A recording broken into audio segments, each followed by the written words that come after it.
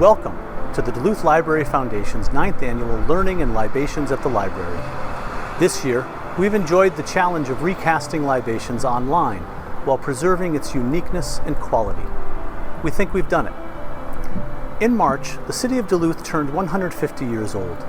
To mark this sesquicentennial, the Foundation invited renowned local authors Tom Peacock and Tony Durkins to walk us, literally, through this era of our history. The Library Foundation sponsors Learning and Libations to provide funds to the Duluth Public Library.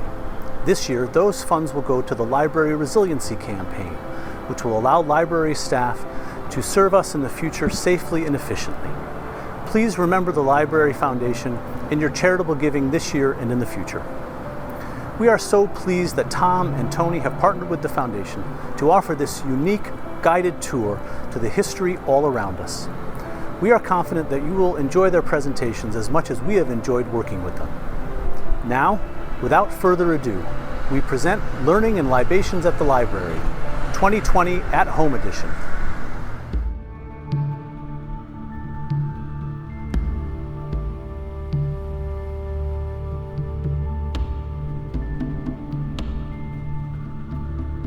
So I'm going to begin by telling how the Anishinaabe Ojibwe ended up here in this area. And so you have to imagine going back in time, maybe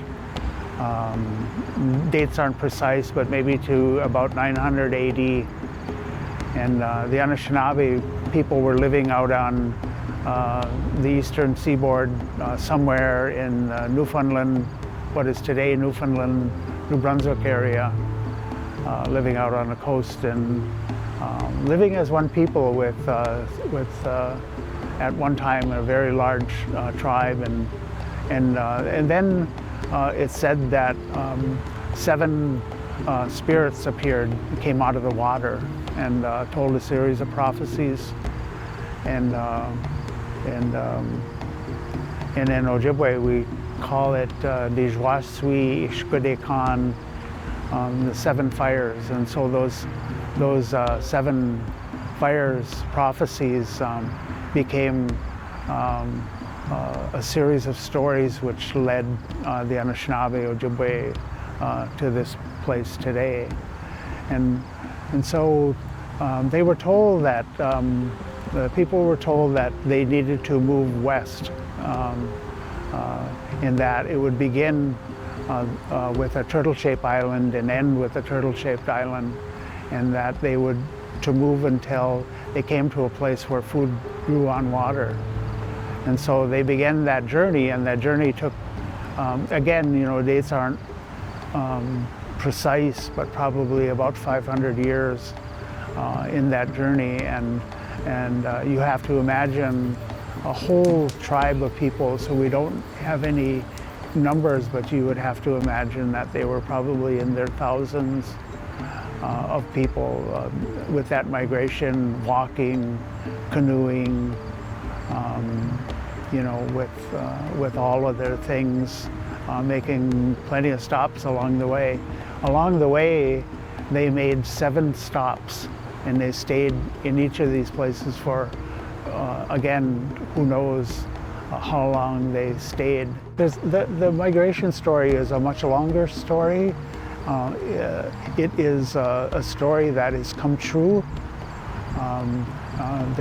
Each of the fires, each of the prophecies tells a little bit about what would become of us, and it led us here and told us that we would return to the place of our beginning. So there was one group that went north. They split. One group went to the north of Ojibwe, Anishinaabe, and the other group went to the south. And they met here in St. Louis Bay, the northern group and the southern group. And they met here on Spirit Island. They gathered, some of their leaders gathered on Spirit Island, and they said, okay. And this is also, they found wild rice growing in the river. And so they found the food that grows on water. and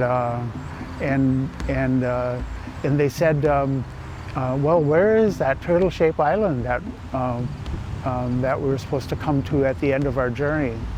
And the people who had traveled the southern route said, about 2 days back, we came upon an island out in the lake, and we think that is our final stopping place. So the two joined groups together went back east about 80 miles or so to Madeline Island, part of the Apostle Chain, and that became the settlement. So you can imagine, again, a very large group of Native people traveling by foot in canoe and journeying or making that journey across to Madeline Island. But Spirit Island is a very special place because of that. It holds a very special place in the heart of Ojibwe people. This area, when I was a young boy, I riced down in that bay, made wild rice, just like my ancestors. And at the time, I didn't even know the story of the migration. But I was following a tradition, of course, that went back many, many generations.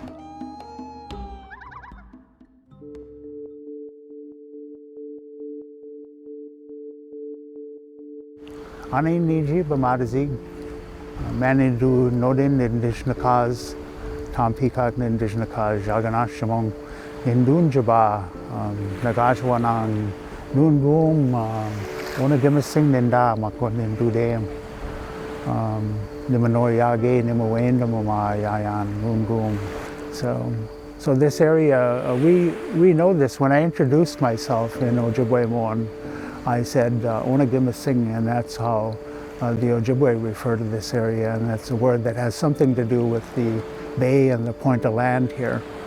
And that's what we call Duluth. And so I said that in translating to English that I'm from Duluth now, and that I'm originally from Fond du Lac, Nagajawanang, Fond du Lac.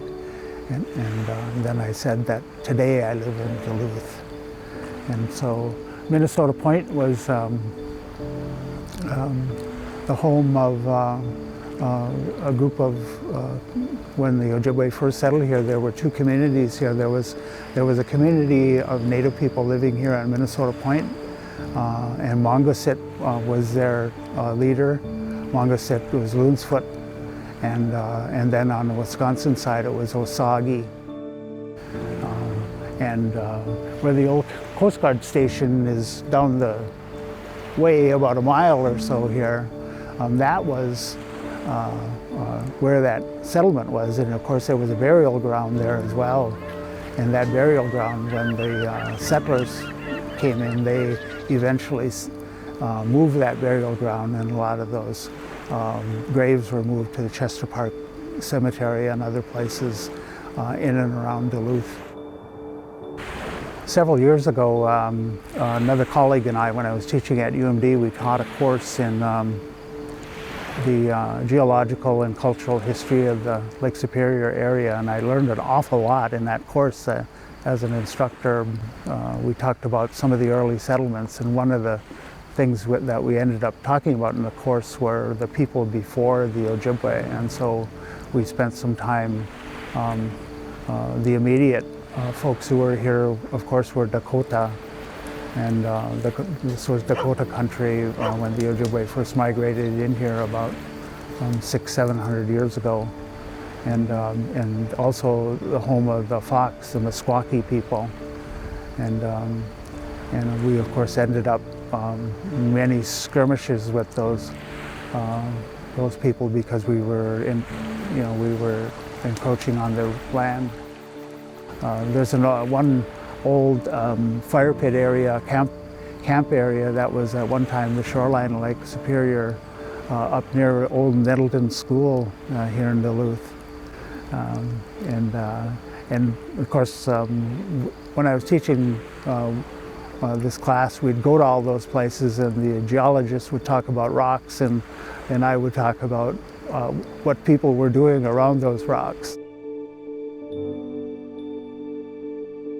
Across from Minnesota Point is Wisconsin Point, and the Wisconsin opening, the Superior opening, and there was a large Ojibwe settlement here at one point, and up until about 1914 there was this dispute over who owned it, and eventually, of course, the Ojibwe people who lived here lost the ability to live here, and they were forced to move. At one time they were going to put warehouses and ore docks and grain elevators and all that fun stuff here, but they found out that the land was not suitable for that kind of thing, so they ended up not developing it. But in the meantime, they moved the village. They moved people and told the people it was time to go settle out on a reservation, and then the bodies were from the burial ground here were sort of scooped up and put in lorries, and many of them were taken to the St. Francis Cemetery here in Superior, which is by the refinery. And even back in those days, things were segregated, so even our cemeteries are segregated, and you'll see at St. Francis Cemetery the graves of all the settlers, and then in a ditch below the cemetery there was a large trench dug, and there's a mass grave of all the people who were here from Wisconsin Point. The neat thing for me to realize is that now those bodies are slowly sliding back into the river, and the river is taking them right back here to Wisconsin Point, because this is where the opening, this is where the Domagi goes back into Lake Superior. So they are returning back home. So I spent a summer working at the National Archives in Washington doing research,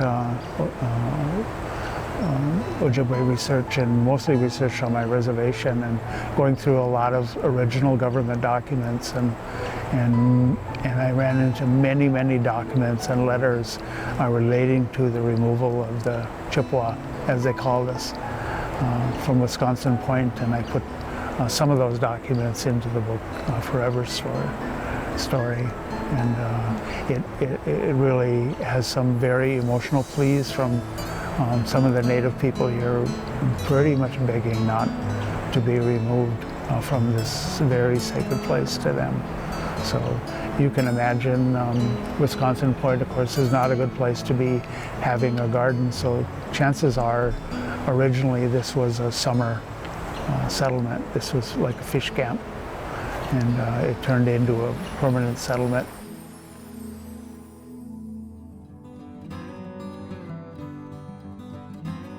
So we're at the site of the establishment of the American Fur Trade Post.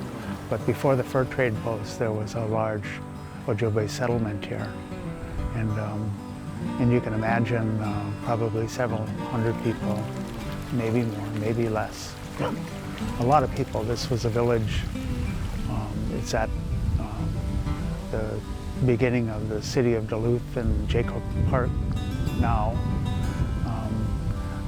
There were at one time large wild rice beds here, so it was perfect area for settlement. Out here in the river, when I was a young boy, I would come down here with my parents, and we used to make rice here. The wild rice that's here is very sparse nowadays, because the river the control of the river is controlled by the power company, and because of the pollution from the factories that were built here and that were out here in West Duluth for many years, have almost forever polluted this area. But anyway, there was the large village was here when they established the Fur Trade Post. Of course, the Ojibwe The Ojibwe and the French, and later the Americans.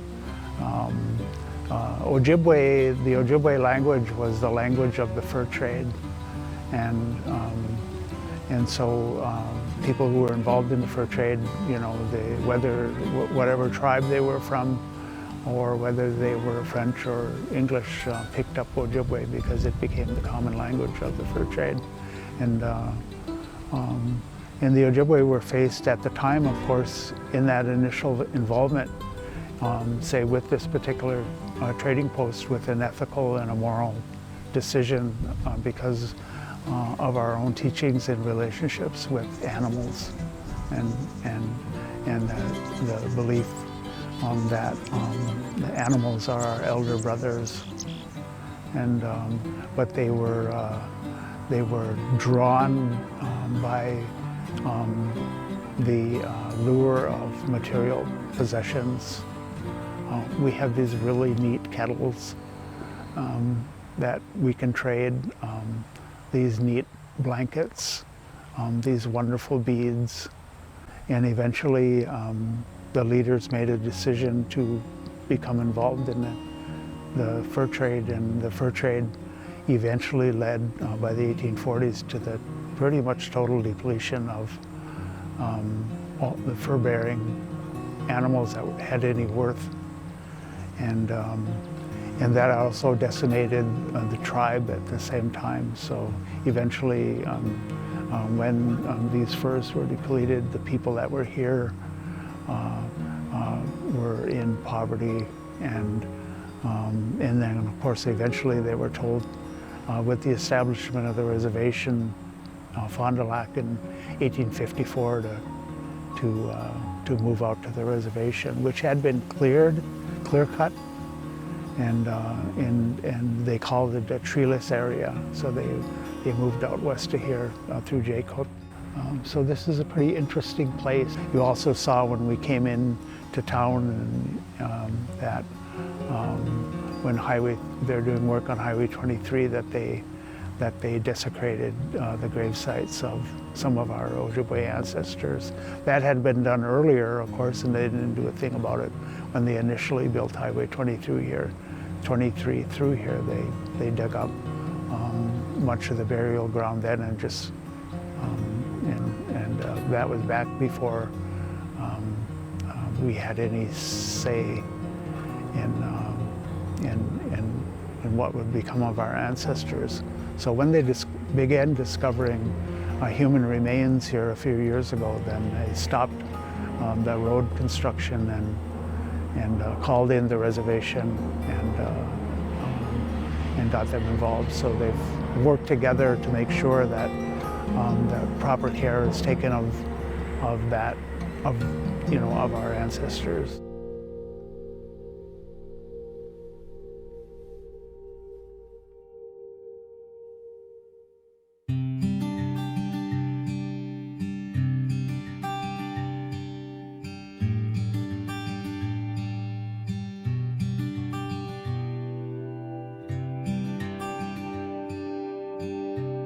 People have lived at the far western end of Lake Superior, also known as the head of the lakes, for thousands of years before anyone decided to call its northern portion Duluth.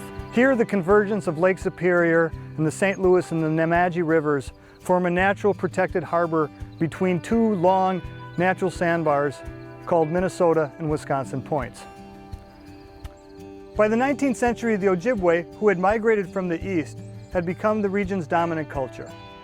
The Ojibwe had worked with the French in the fur trade since they arrived in the 17th century, and in 1817 the American Fur Post Company established a post at Fond du Lac adjacent to an Ojibwe village. While the fur industry died out in the 1840s, Fond du Lac remained populated by both French and Ojibwe, many of whom intermarried. A series of treaties between 1826 and 1844 ceded what is now Michigan's Upper Peninsula, Isle Royale, and northwestern Wisconsin to the United States. Large deposits of copper were found in northern Michigan, and it was speculated that even more copper could be found on Lake Superior's north shore, along the Minnesota side. But that land was not yet part of the United States. Before 1856, Only those licensed to trade with the indigenous population were allowed on the Minnesota side.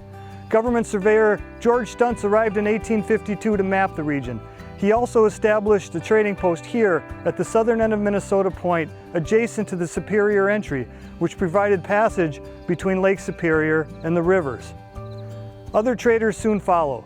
Reuben Carleton in Fond du Lac, Orrin Rice on Rice's Point, which was named for him, and George Nettleton at the base of Minnesota Point, 7 miles north of the Superior Entry.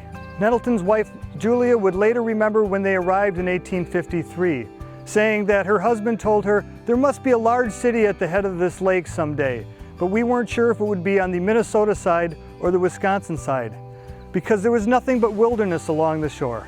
Nothing. Just a pile of rocks. Of course, the Ojibwe were here, but Julia Nettleton was thinking of more of a traditional European community with grids of streets lined with permanent housing, like her and her husband's hometown of Ashtabula, Ohio.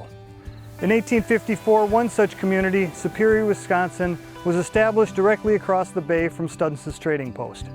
That same year, government approved funding for a lighthouse at the end of the point to guide mariners through the Superior Entry. That year also saw the signing of the Second Treaty of La Pointe, which opened the Minnesota side of Lake Superior to settlement by Americans and those of European descent, and established several reservations for the Ojibwe. One small reserve was set aside for the family of Ojibwe elder Bejike, also called Chief Buffalo. It was only 1 square mile in size, centered on Point of Rocks in what is now Duluth. Sadly, after his death in 1855, it fell into the hands of Americans. 1855 also saw the opening of the Sioux Locks on the far eastern end of Lake Superior, which allowed large commercial vessels to travel between Lake Superior and the lower Great Lakes. Along with the railroad, any community at the head of the lakes, now that the locks had opened, was destined to become a large commercial shipping center. In 1856, Americans and those of European descent were first allowed to settle on the Minnesota side of Lake Superior. Many came to establish so-called copper towns along North Shore streams and rivers, where they hoped to establish lucrative copper mines. 12 such communities were platted between what is now Duluth and Grand Marais in the 1850s. 11 more towns were established at the head of the lakes in what is now Duluth.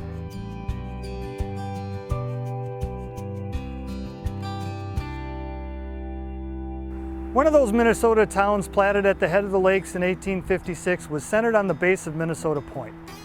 Its founders included George and William Nettleton, Orrin Rice, and newcomers Robert Jefferson and Joshua B. Culver.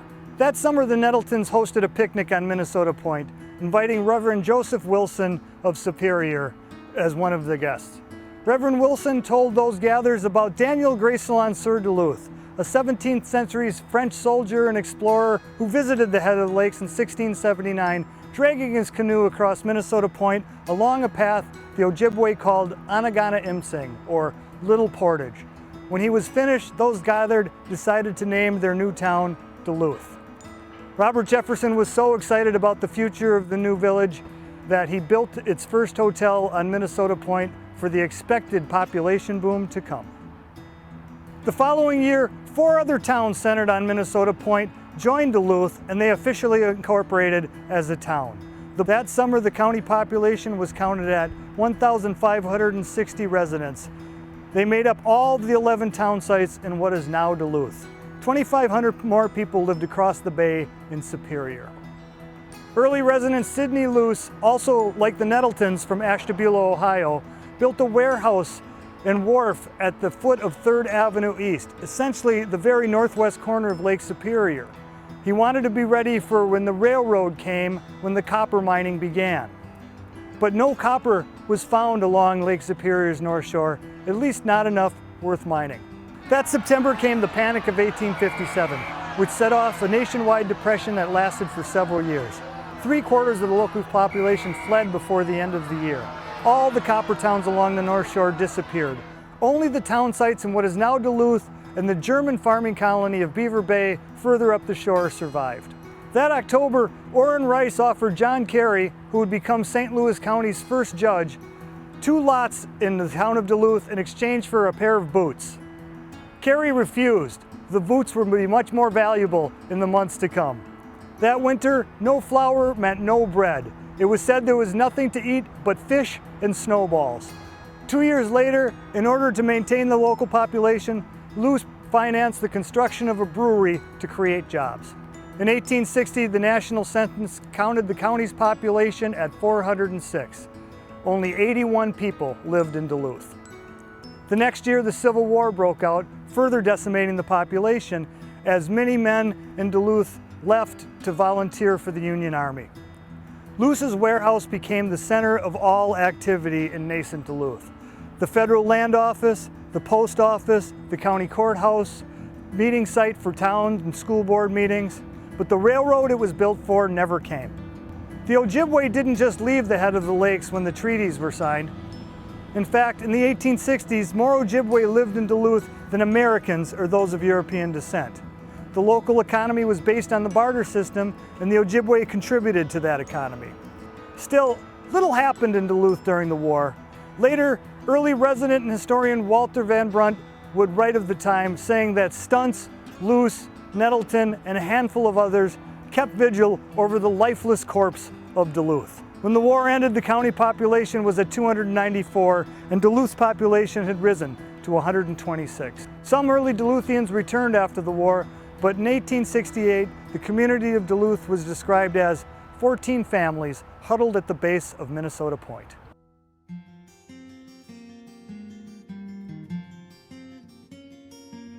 One of those 14 families living at the base of Minnesota Point in 1868 was that of Roger and Olive Munger, who had just moved from St. Paul because they thought the future of Duluth was secured. Jay Cook had just announced that he was investing in the Lake Superior and Mississippi Railroad, which would run between St. Paul and the head of the lakes, and was considering investing in the Northern Pacific, which would run from western Lake Superior to the Puget Sound along the Pacific coast. Cook was a Philadelphia banker who, along with his agents, almost single-handedly financed the Union War effort during the Civil War. He had recently purchased land west of Fond du Lac along the St. Louis River. But the question remained, would he terminate his railroad at the head of the lakes in Duluth or Superior? Whichever community he chose was certain to become a great commercial center. Grain was being planted in the Red River Valley between Minnesota and the Dakota Territories. It would be shipped east on Cook's railroads to the head of the lakes, where it would be shipped to mills on the eastern seaboard.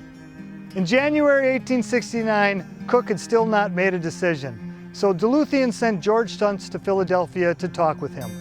There, the surveyor convinced the financier that the land along the Northern Pacific Railroad could be sold as farmland and ranch land. In February, Cook announced that he was not only investing in the Northern Pacific Railroad, but that both the Lake Superior and Mississippi and Northern Pacific would terminate in Duluth.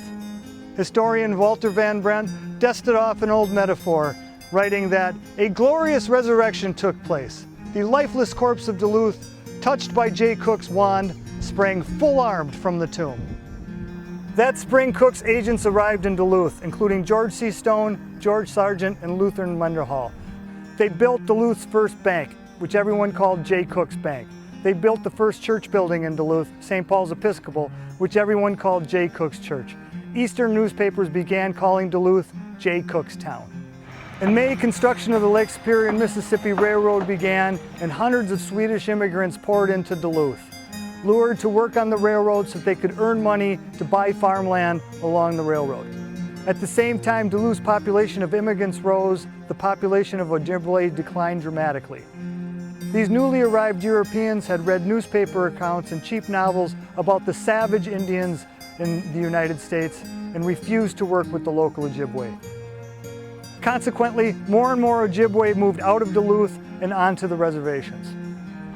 Duluth underwent a construction boom. Sawmills, brickyards, and brownstone quarries opened between Duluth and Fond du Lac.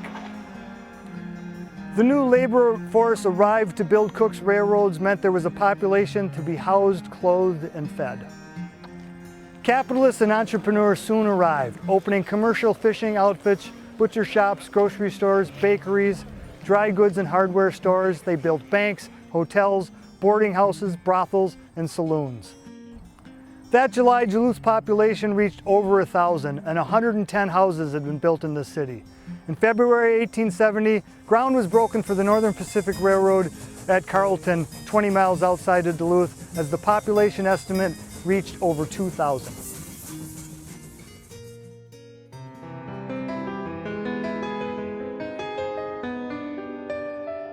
On March 6, 1870, Duluth officially became a city. At the same time, it annexed the nearby towns of Rice's Point, Portland, and Endian. That April, the census counted over 3,100 people living in the new city. In April, Joshua B. Culver was elected the city's first mayor. Meanwhile, the Lake Superior, Mississippi Railroad's Outer Harbor neared completion. It included a freight depot, a warehouse, a dock, the city's first grain elevator, and a breakwater jutting out from 4th Avenue East into the lake, designed to protect ships docked along the Lake Superior and Mississippi infrastructure. But that outer harbor proved to be unsafe, and the breakwater did little to stop Lake Superior during stormy weather. It was much safer in the bay behind Minnesota Point, but to get there, one had to travel through the Superior Entry 7 miles south of Duluth. So that December, City Fathers began the construction of a ship canal along what was Portage Street, the same path of Anagana-Imsing, the Ojibwe's Little Portage. It was paid for with bonds from Cook's Lake Superior and Mississippi Railroad and completed in 1871.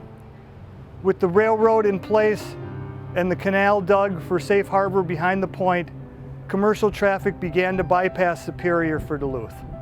In 1871, Clinton Markell, also of Ashtabula, Ohio, was elected Duluth's second mayor, followed the following year by Luce himself. Becoming mayor was a surprise to Luce. He was out of town at the time and unaware that he'd even been nominated.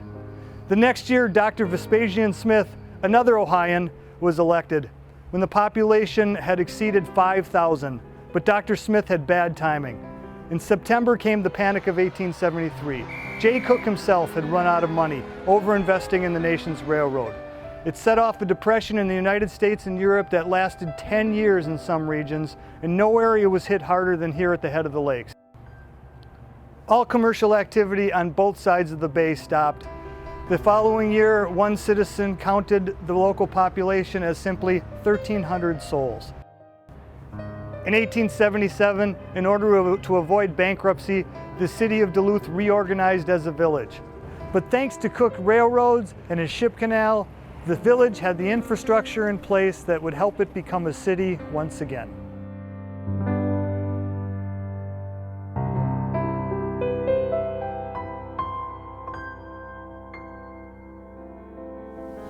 Thank you for being part of this event, recognizing the 150th anniversary of our wonderful city.